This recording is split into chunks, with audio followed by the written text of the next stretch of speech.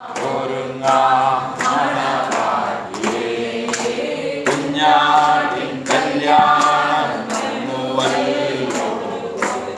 ഒരുങ്ങാം ഒരുങ്ങാം മണവാട്ടിയേ, വിളക്കെടുത്തിടാം, എണ്ണ നിറച്ചിടാം, കരിന്തിരികൾ ഓരോന്നായി മുറിച്ചു മാറ്റിടാം. വിളക്കെടുത്തിടാം, എണ്ണ നിറച്ചിടാം, കരിന്തിരികൾ ഓരോന്നായി മുറിച്ചു മാറ്റിടാം. നിദ്രകൾ വെട്ടിടാം, കാത്തിരുന്നിടാം, മണവാളന്റെ ശബ്ദം കേൾപ്പാൻ ഉണർന്നിരുന്നിടാം.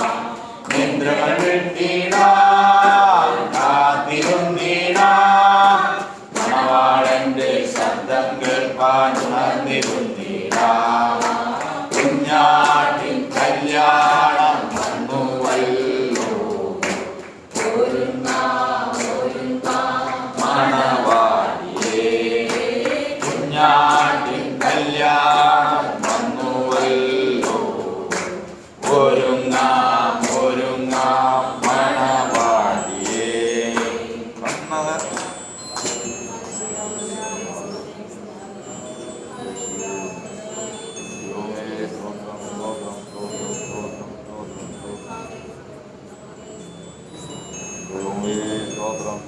സ്തോത്രം സ്തോത്രം ഹല്ലേലൂയ ഹല്ലേലൂയ സ്തോത്രം ചെയ്തു കർത്താവേ.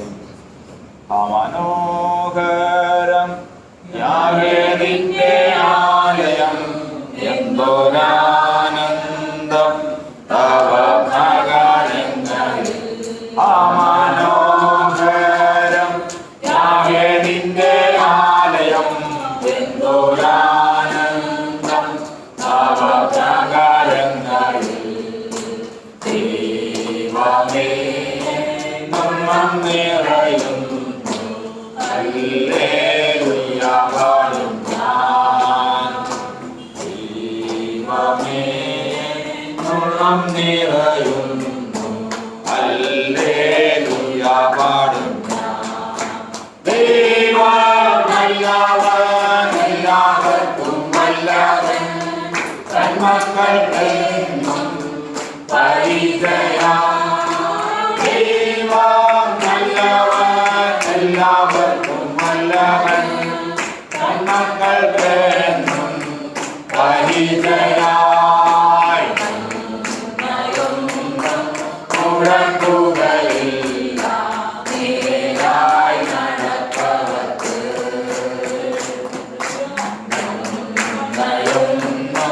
മുടക്കുകയില്ല, നേരായി നടപ്പവർക്ക്.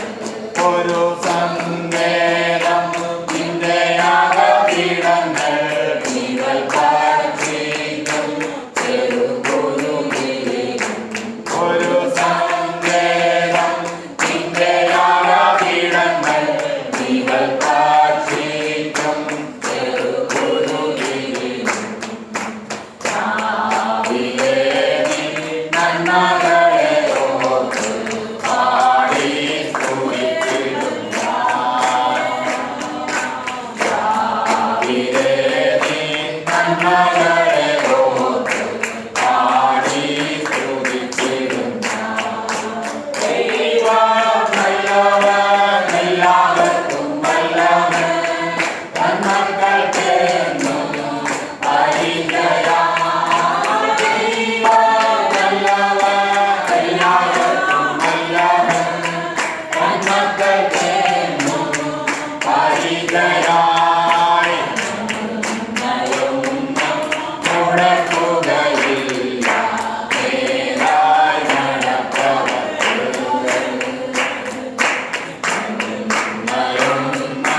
മുടക്കുകയില്ല, നേരായി നടപ്പവർക്ക്.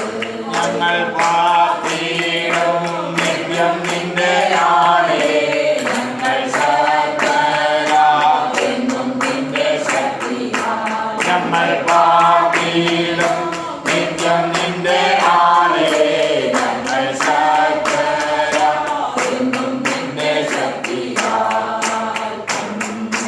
നീയും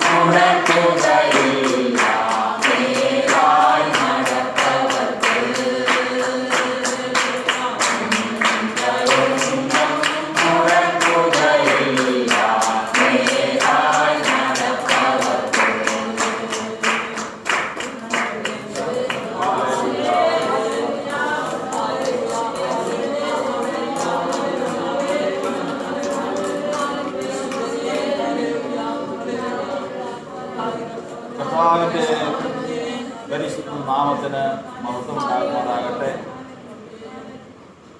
കർത്താവിൻ്റെ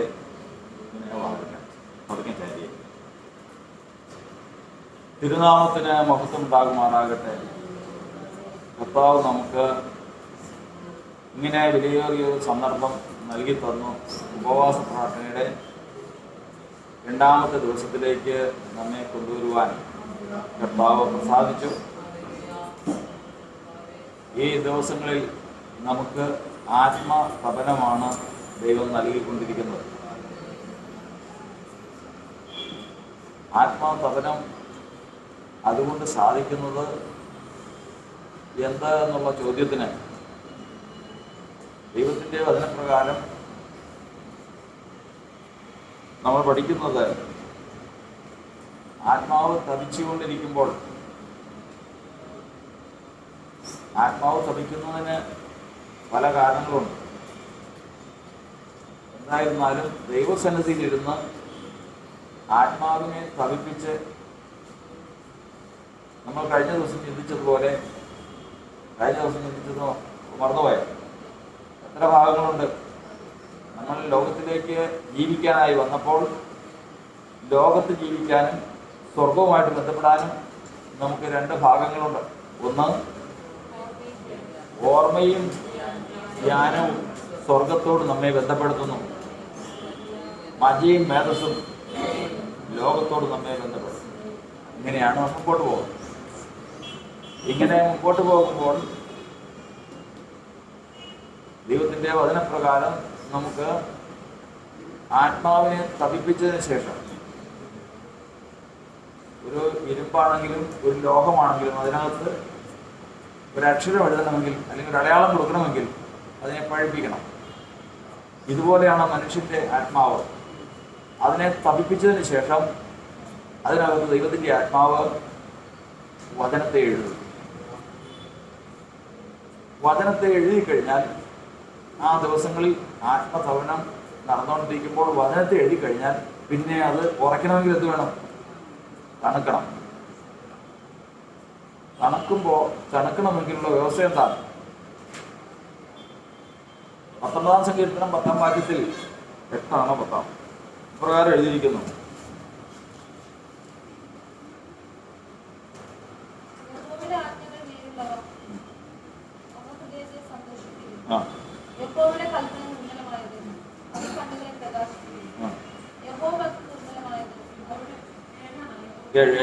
അതെ, യഹോവയുടെ ന്യായപ്രമാണം തികവുള്ളത്, അത് പ്രാണനെ തണുക്കും. അപ്പോൾ പഴുത്ത് നിൽക്കുമ്പോൾ, ഉപവാസത്താൽ ആത്മാവ് തപിച്ചു നിൽക്കുമ്പോൾ അതിനെ തണുപ്പിക്കേണ്ടത് പല നിലയിൽ തണുപ്പിക്കാം. അതിനാണ് ഇന്നലെ പറഞ്ഞിരിക്കുന്നത്. ജഡത്തിൻ്റെ ചിന്തയിലേക്ക് പോയാൽ, മജ്ജയ്ക്കും മേധസ്സിനും വേണ്ടി നമ്മൾ ചിന്തിച്ചു കഴിഞ്ഞാൽ, നല്ല ഭക്ഷണത്തെക്കുറിച്ചും നല്ല സാമ്പത്തികമായ ചില കാര്യങ്ങളിൽ ലാഭം കിട്ടുന്നതിനെക്കുറിച്ചും ലോകത്ത് സന്തോഷമായി ജീവിക്കുന്നതിനെക്കുറിച്ചും നമ്മൾ ചിന്തിച്ചു കഴിഞ്ഞാൽ അപ്പോൾ തന്നെ ഒരു തണുപ്പുണ്ടാവും. എവിടെ തണുക്കും? പ്രാണം തണുക്കും. പ്രാണം തണുത്തു കഴിഞ്ഞാൽ അതിനകത്ത് വചനം നിൽക്കില്ല. ആത്മാവിനാൽ പഴുത്ത, ആത്മാവ് ഉപവാസത്താൽ പഴുത്ത് ചൂടുപിടിച്ച പ്രാണൻ ഈ ഒറ്റ കാര്യം കൊണ്ടേ തണുക്കാവുള്ളൂ. ഇതുകൊണ്ട് ന്യായപ്രമാണം കൊണ്ട് തണുക്കാവും. ന്യായപ്രമാണം കൊണ്ട് തണുത്ത് കഴിയുമ്പോൾ തന്നെ ന്യായപ്രമാണം കൊണ്ടാണ് തണുക്കുന്നതെങ്കിൽ ദൈവം ഉപവാസം കഴിയുമ്പോൾ അതിനകത്ത് ചില കാര്യങ്ങൾ എഴുതിയിട്ടുണ്ടാവും. ഇങ്ങനെ എഴുതി കൊടുക്കുക. ഇതിൻ്റെ വിശദീകരണമാണ് പിന്നീട് വരുന്നത്. അതുകൊണ്ട് മനുഷ്യന്റെ പ്രവൃത്തിയും അനുഭവവും ആധാരമാക്കിയിരിക്കുന്നത് എങ്ങനെയാണ്?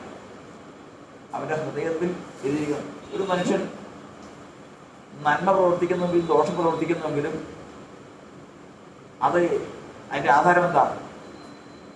2:15 വായിക്കും റോമാലേഖനം.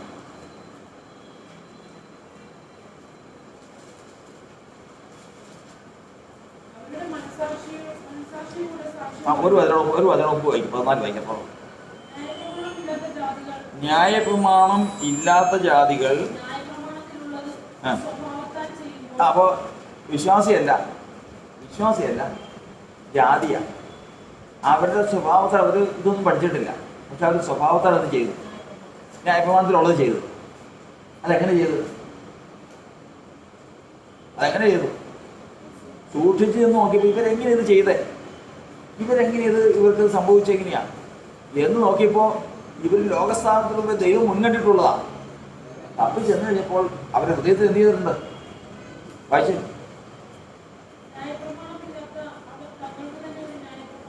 ആ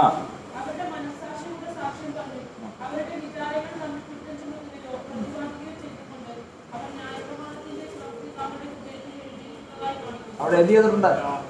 എഴുതി കിട്ടണം. ഇപ്പോൾ ഒരു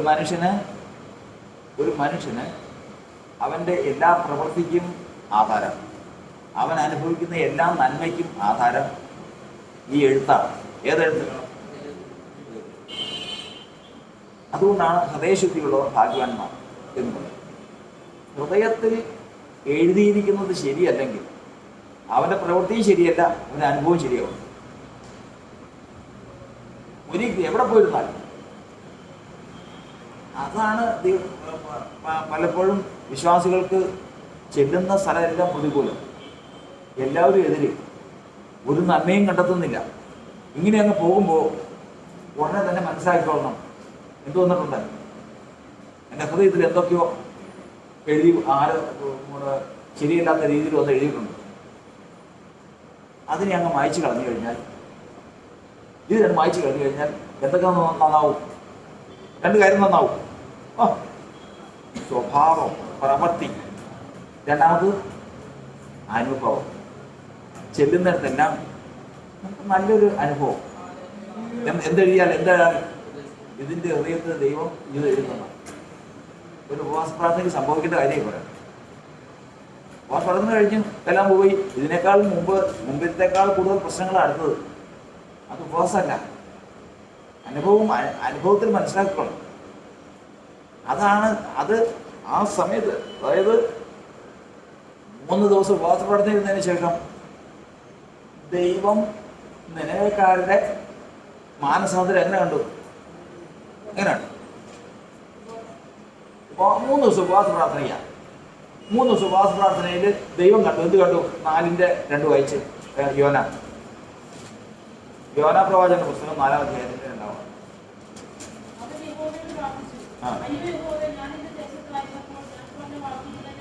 ഒന്ന് വായിച്ചു. ശരി. അതിന്റെ 3-ന്റെ അവസാനമായി, 3-ാം അധ്യായത്തിന്റെ അവസാനം. അവർ ദുർമാർഗം വിട്ടു തിരിഞ്ഞു എന്ന് കണ്ടു. ദൈവം എങ്ങനെ കണ്ടു? പ്രവർത്തികളെ കണ്ടു. ഇവരെവിടെ ഇരിക്കുക? കർത്താവിന്റെ തന്നെ ഉപവാസിരിക്കുക. ദൈവം എന്തിനാൽ കണ്ടു? പ്രവർത്തികളെ കണ്ടു. എന്നാ പ്രവർത്തി? നാളെ അവര് മാനസാന്തരത്തിന്റെ പ്രവൃത്തി കാണിക്കുമെന്ന് കർത്താൻ ഉറപ്പായി. കാരണം എന്ത് ചെയ്തിട്ടുണ്ട്? അവരുടെ ഹൃദയത്തിൽ എന്ത് ചെയ്തു?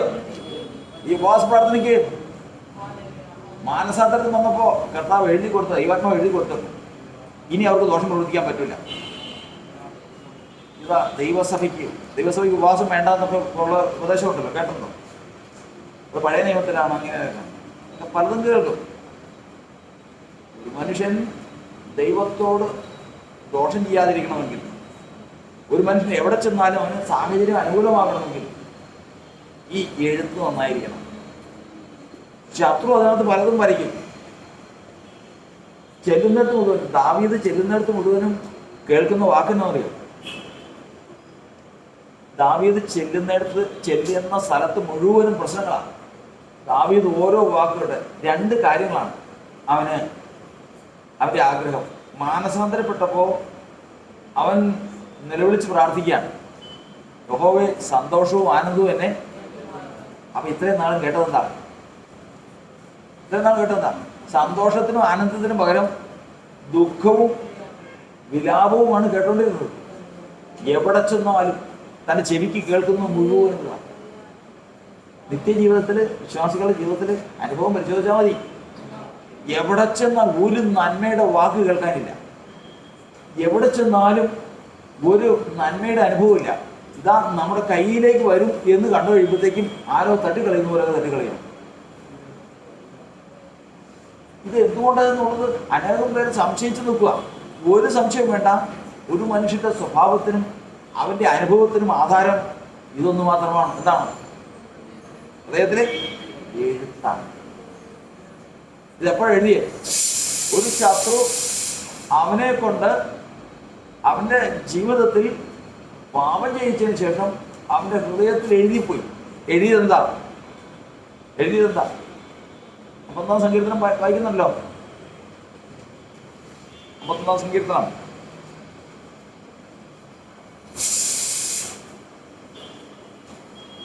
51 സങ്കീർത്തനം 8-9. സന്തോഷവും ആനന്ദവും എന്നെ കേൾക്കുമാറാക്കണമേ. നീ ഒളിച്ച അസ്ഥികൾ ഉല്ലസിക്കട്ടെ.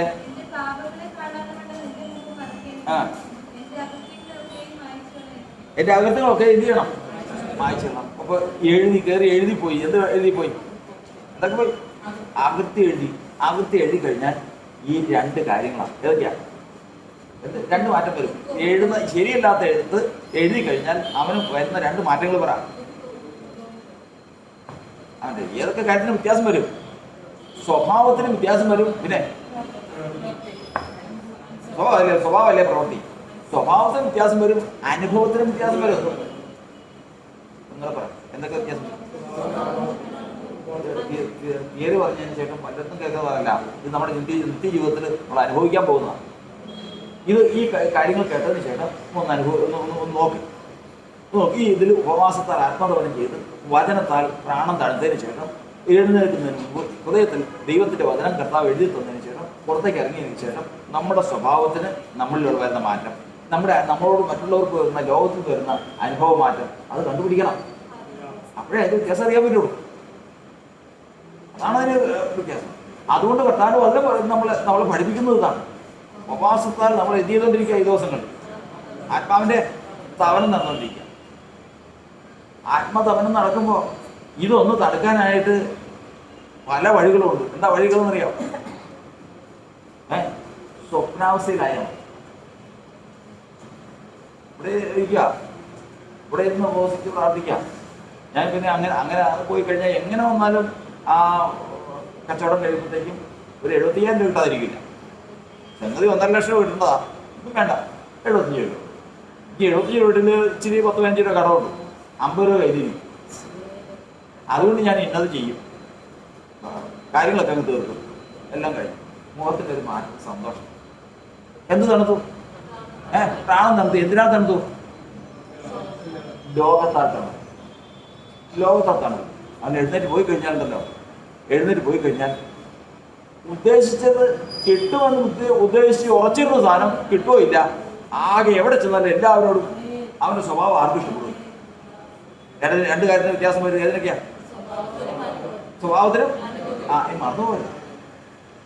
സ്വഭാവത്തിനും അനുഭവത്തിനും. വീണ്ടും മറന്നു പോയത് അനുഭവത്തിനും. തിരിച്ചും മറിച്ചും പറയണത് വെച്ച് കഴിഞ്ഞാൽ മറന്നു പോകാതിരിക്കാൻ പ്രമാണമാണ്. അപ്പൊ മനുഷ്യന്റെ മറ്റൊന്നുകൂടി, മനുഷ്യന്റെ സ്വഭാവത്തിനും അനുഭവത്തിനും ആധാരം എന്താണ്? പറ. ഹൃദയത്തിൽ എഴുത്താണ്. അത് ദൈവത്തിന്റെ വചനമാണ് എഴുതിയിരിക്കുന്നതെങ്കിൽ അവന് എന്തൊക്കെ കേൾക്കും? സന്തോഷവും അങ്ങനെ പറ, സന്തോഷം ആനന്ദം കേൾക്കും. മാത്രമാണോ അവന്റെ സ്വഭാവം എങ്ങനെയായിരിക്കും? അവൻ ദൈവത്തിന്റെ വചനപ്രകാരമുള്ള സ്വഭാവമായിരിക്കും അവനുള്ളത്. ഇത് തെറ്റുമ്പോൾ പ്രശ്നങ്ങളായി. അതുകൊണ്ട് കർത്താവിന്റെ വചനത്തിൽ നമ്മൾ ഇന്ന് പഠിക്കുന്നത്, ഇന്ന് നമ്മൾ ഈ പ്രാരംഭമായിട്ട് ഉപവാസ പ്രാർത്ഥനയ്ക്ക് മുമ്പേ തന്നെ ഇത് പറയുന്നതിന്റെ കാരണം വെച്ച് കഴിഞ്ഞാൽ, ആ ലക്ഷ്യം വെച്ച് ഒരു ലക്ഷ്യമില്ലാതെ വന്നിരുന്ന് നമുക്ക് പ്രാർത്ഥിച്ചാരംഭിച്ചു, ഡ്രം അടിച്ചു, ഒരു 2 അരമണിക്കൂർ പാട്ട് പാടി, അത് കഴിഞ്ഞ് പ്രാർത്ഥിച്ചു, അതിന് പോരാൻ നേരത്ത് വരച്ച് പിടിച്ചു. അങ്ങനെയല്ല, അത് ശരിയല്ലെന്നുള്ളതല്ല. അതിനുവേണ്ടി നമ്മൾ മനസ്സൊരുക്കത്തോടുകൂടി അടുത്ത് വന്ന് ഈ കാര്യം ഇന്ന് സാധിപ്പിച്ച് പോയി കഴിഞ്ഞാൽ എന്താ ശരി? ഏത് കാര്യം? ദാവീദിന് ഇപ്പൊ ഉള്ള പ്രശ്നങ്ങൾ എന്തൊക്കെയാ? ഒരാള് ഊര്യാവ് മരിച്ചെന്ന് പറഞ്ഞിട്ട് ദാവീദ് എന്താ പറഞ്ഞേ? വാളല്ലേ, അങ്ങോട്ടും ഇങ്ങോട്ടും നാശം ചെയ്യും, അതിൽ ആർക്കും വ്യസനം തോന്നണ്ട. ആരെ മരിച്ചതാരാ? ഊര്യാവ്.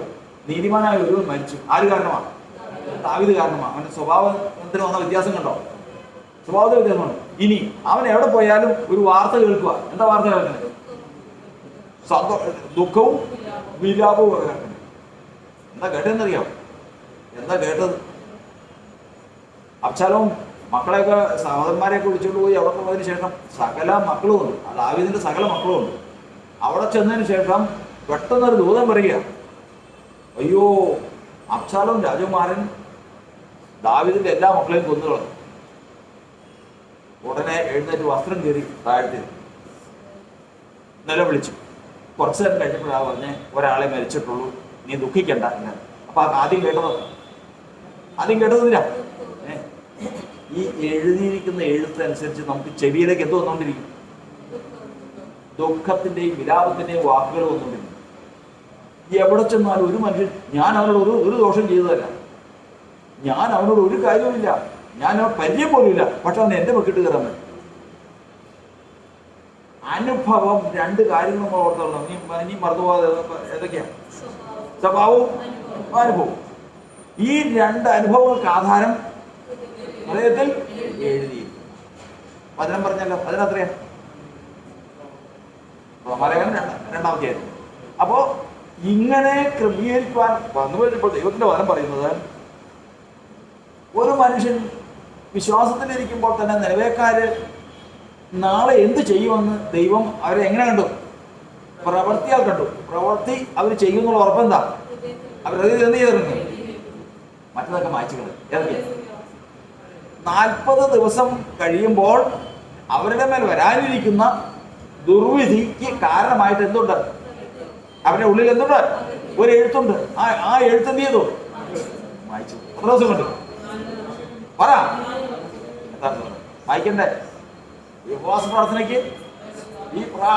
പ്രാർത്ഥനയ്ക്ക് നമുക്ക് ദൈവഹിതമില്ലാത്ത നമ്മുടെ സ്വഭാവങ്ങൾ, ഒരിക്കലും നമുക്ക് സഹിക്കാൻ പറ്റാത്ത നമ്മുടെ അനുഭവങ്ങൾ മാറ്റം വരണ്ടേ?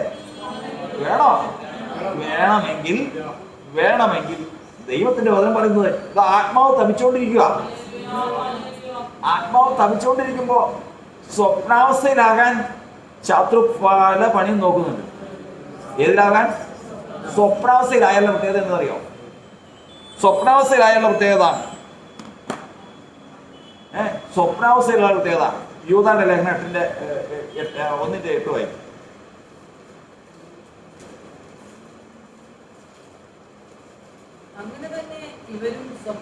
അങ്ങനെ തന്നെ ഇവരും സ്വപ്നാവസ്ഥയിലായി ജഡത്തെ മലിനമാക്കി കർത്തൃത്വത്തെ തുച്ഛീകരിക്കും. ജഡത്തെ മലിനമാക്കി. സ്വപ്നാവസ്ഥയിലായി കഴിഞ്ഞാൽ ഉടനെ തന്നെ എന്ത് മലിനമാകും? ജഡം മലിനമായി കഴിഞ്ഞാൽ സ്വഭാവം മാറും. പിന്നെ എന്ത് പറയും? കർത്തൃത്വത്തെ പിന്നെ ആര് പറഞ്ഞാലും അനുസരിക്കില്ല. ഞങ്ങൾ തുറക്കണ്ടതാ. ആര് പറഞ്ഞാലും അനുസരിക്കില്ല. കർത്തൃത്വത്തെ തുച്ഛീകരിക്കും. പിന്നെ മഹിമകളെ ദൂഷിക്കും. ദൂഷണം. എന്തിനാ വ്യത്യാസം വരുന്നത്? എവിടെയാ? സ്വഭാവത്തിന് വ്യത്യാസം വരിക. അനുഭവം ഇങ്ങനെ തന്നെ അനുഭവം. എന്നാൽ ഇന്ന് കർത്താവിന്റെ വചനത്തിൽ നമ്മൾ പഠിക്കുന്നത്, നമ്മൾ ഗ്രഹിക്കുന്നത്, ആ എഴുത്താണ് കർത്താവ് പഴയതൊക്കെയും മാറ്റിയതിന് ശേഷം പുതിയതായിട്ടൊന്ന് എഴുതാൻ പറ്റും. അവൻ സ്വഭാവധ്യമുണ്ട്. അവൻ ആത്മാവിനെ തപിച്ചുകൊണ്ടിരിക്കുക. ആത്മതപനം. അതുകൊണ്ട് ഇവിടെ ഇരിക്കുമ്പോൾ നമ്മുടെ പ്രാർത്ഥനയിലും ജാഗരണത്തിലും ഒരു തരത്തിലും ഈ പ്രമാണത്താലല്ലാതെ എൻ്റെ പ്രാണൻ തണുക്കണ്ട. ആ ഒരു വ്രതമായിട്ടിരുന്ന് ദോഷകരമായി എനിക്കുണ്ടാകുന്ന അനുഭവങ്ങളും എൻ്റെ സ്വഭാവങ്ങളും. എന്തിനാ ഈ പെട്ടെന്ന് ദേഷ്യപ്പെടുന്നത്? എന്തിനാ പെട്ടെന്ന് മുഷിയുന്നത്? എന്തിനാ നീരസപ്പെടുന്നത്? എന്തിനാ അസൂയപ്പെടുന്നത്? എന്തിനാ? കേട്ടാൽ സാർ, നമുക്ക് തന്നെ അറിയാൻ പാടില്ല. നമുക്ക് തന്നെ എനിക്ക് എന്നെ തന്നെ നിയന്ത്രിക്കാൻ പറ്റുന്നില്ല. പറ്റും പറയുന്ന എന്താ കാരണം? ഒറ്റ കാര്യമില്ല. ഏത് കാര്യം? ഇതില് എന്തോ ശരിയല്ലാത്ത എടുത്തു വന്നു. ശരിയത് എവിടെ ചെന്നാലും കഷ്ടമേ ഉള്ളൂ. എനിക്കൊരു ഭാഗ്യമില്ല. ഞാൻ ചെന്നപ്പോഴത്തേക്ക് ആ കാര്യങ്ങൾ പോയി, നഷ്ടപ്പെട്ടു പോയി. എന്താ കാരണം? പറ. ഈ എഴുത്തുകളൊക്കെ അതാ ഇന്ന് മായ്ച്ചു കളയാൻ പോകുന്നത്. അതാ. അതിനാൽ ഉണ്ടാകുന്ന അനുഭവങ്ങളും പുറപ്പെടുന്ന സ്വഭാവങ്ങൾക്കും ദൈവത്തിന്റെ ഹിതപ്രകാരം വ്യത്യാസം വന്ന് സന്തോഷവും ആനന്ദവും കേൾക്കും. പിന്നെ ദിവ്യ സ്വഭാവത്തിന് കൂട്ടാളിയായി തീരും ഒരു ഉപവാസ പ്രാർത്ഥനയുണ്ട്. അതാണ് ദൈവത്തിന്റെ സന്നിധിയിൽ ഒരു ഉപവാസത്തിന്റെ പ്രാധാന്യം. ആ നിലയിലാണ് നമ്മൾ ചിന്തിക്കേണ്ടത്, അതിലാണ് നമ്മൾ ആഗ്രഹിക്കേണ്ടത്. അതുകൊണ്ട് ദൈവത്തിന്റെ ദിവ്യ സ്വഭാവത്തിന് കൂട്ടാളിയായി തീരുവാൻ വിളിക്കപ്പെട്ട ദൈവത്തിന്റെ ജനം നമുക്കൊരു വ്യത്യാസം വരാതെ കോണം ഇവിടെ ഇരിക്കുമ്പോൾ തന്നെ കഴിഞ്ഞ ദിവസം ദൈവത്തിന്റെ ആത്മാവ് തന്ന ആലോചനയനുസരിച്ച് നമ്മുടെ വായിൽ നിന്നൊക്കെ വന്നുപോയ പല കാര്യങ്ങളും സഭയിൽ കിടക്കുന്നുണ്ട്. അത് നീങ്ങിപ്പോകണം. പോയേ പറ്റുള്ളൂ. ഇല്ലായെങ്കിൽ അനുഗ്രഹം പ്രാപിക്കാൻ പറ്റില്ല. കാരണം ഇന്നലെ എസ്തറിന്റെ ജീവിതത്തെക്കുറിച്ച് നമ്മൾ കേട്ടു. എസ്തറിന്റെ വായ കൊണ്ടൊരു വാക്ക് പറഞ്ഞാൽ മതി. ഇന്ന് ആ വാക്ക് പറഞ്ഞാൽ എന്തായി തരും? രാജ്യത്വം അവൾക്കുള്ളതാണ്. രാജ്യത്തിൽ പകുതി അവൾക്കുള്ളതാണ്. എന്താ കാരണം? അവളുടെ വാഗുണ്ട് അവൾ എന്തേ പറഞ്ഞിട്ടുള്ളൂ? ദൈവജനത്തിന് നന്മയെ പറഞ്ഞിട്ടുള്ളൂ. സഭയെ കുറ്റം പറയരുത്, സഹോദരങ്ങളെ കുറ്റം പറയരുത്, ദുഷിക്കരുത്. കാരണം ഈ വായ കൊണ്ട് തന്നെ അധികാരത്തിന്റെ ഒരു ശബ്ദം പുറപ്പെടുവിച്ചാൽ അധികാരത്തിന്റെ സമയം വരും. ദൈവം അതിന് വിലയുണ്ടാക്കും. തന്റെ അധരത്തെ സൂക്ഷിക്കുന്നവൻ, തന്റെ വായിനെ സൂക്ഷിക്കുന്നവൻ നിശ്ചയമായിട്ട് മാനിക്കപ്പെടുന്ന ഒരു ദിവസമുണ്ട്. അന്ന് കൊതിച്ചിട്ട് കാര്യമില്ല. ഈ ജ്യേഷ്ഠാവകാശം എനിക്ക് എന്തിനാന്ന് ചോദിച്ചവൻ അവസാനം നിലവിളിക്കുകയാണ്. അപ്പ നിനക്ക് ഒരനുഗ്രഹമേ ഉള്ളോ എന്ന് പറഞ്ഞ് നിലവിളിക്കുക. കാരണം എന്താ? അതിനു മുമ്പേ അവന്റെ വാഗുകൊണ്ട് അരുതാത്ത പറഞ്ഞു പോയി. അരുതാത്തത് മുൻകാഴ്ച പോയി. ഇതിനൊക്കെയും കാരണം ഇതാണ് താൻ. എന്താണ്? ഉള്ളിൽ കിടക്കുന്നുണ്ട്, ദോഷം കിടക്കുന്നുണ്ട്. നമ്മുടെ വായന നിയന്ത്രിക്കാന്ന് വെച്ചാൽ നടക്കോ? സാധിക്കില്ല. സാധിക്കുന്ന ഒരു കാര്യമുണ്ട്. ഏതാണ്? ഇതങ്ങ് വായിച്ചാൽ മതി. ഇതങ്ങ് വായിച്ചു കഴിഞ്ഞാൽ സാധിക്കും. അതിനാണെന്ന് നമ്മൾ ഈ ദിവസങ്ങളിൽ മുട്ടുകളെ മടക്കുന്നതെന്ന് ഓർത്ത് വേണം ജാഗ്രത. ഞാൻ 3 ദിവസം അവിടെ പോയി ഇരുന്നേക്കാം, 3 ദിവസം ഉപവസിച്ചേക്കാം, 3 ദിവസം പ്രാർത്ഥിച്ചേക്കാന്ന് പറഞ്ഞു കഴിഞ്ഞാൽ നമുക്കൊരു നന്മയും കിട്ടില്ല. ഇരിക്കണമെങ്കിൽ ഇരിക്കുന്നതിന് വ്യവസ്ഥയുണ്ട്. ആ വ്യവസ്ഥയും പ്രകാരം ആത്മാവ് തപിക്കണം. തപിച്ച് നിൽക്കുമ്പോൾ ദോഷകരമായത് ദൈവാത്മാവ് മായ്ക്കണം. മായ്ച്ചു കഴിഞ്ഞ ശേഷം നന്മയ്ക്കുള്ളത് എഴുതണം. സ്വഭാവത്തിന് വ്യത്യാസം വരും, പിന്നെ അനുഭവത്തിന് വ്യത്യാസം വരും. ദൈവസഭ പുതിയൊരു അനുഭവത്തിലേക്ക് നടക്കാൻ പോകും. പുതിയൊരു ജീവിതത്തിലേക്ക് ദൈവത്തിന്റെ സഭ നടക്കാൻ പോവാ. പ്രധാന സാധനം നമുക്ക് കർത്താവിന്റെ സഭയിലേക്ക് നമ്മെ തന്നെ ഏൽപ്പിക്കാം. വാഴ്ത്തുന്നു ഞാൻ അത്യുന്നതനെ, വാനവും ഭൂമിയും വാഴ്ത്തുന്നു ഞാൻ അത്യുന്നതനെ, വാനവും ഭൂമിയും ചമച്ചവനെ.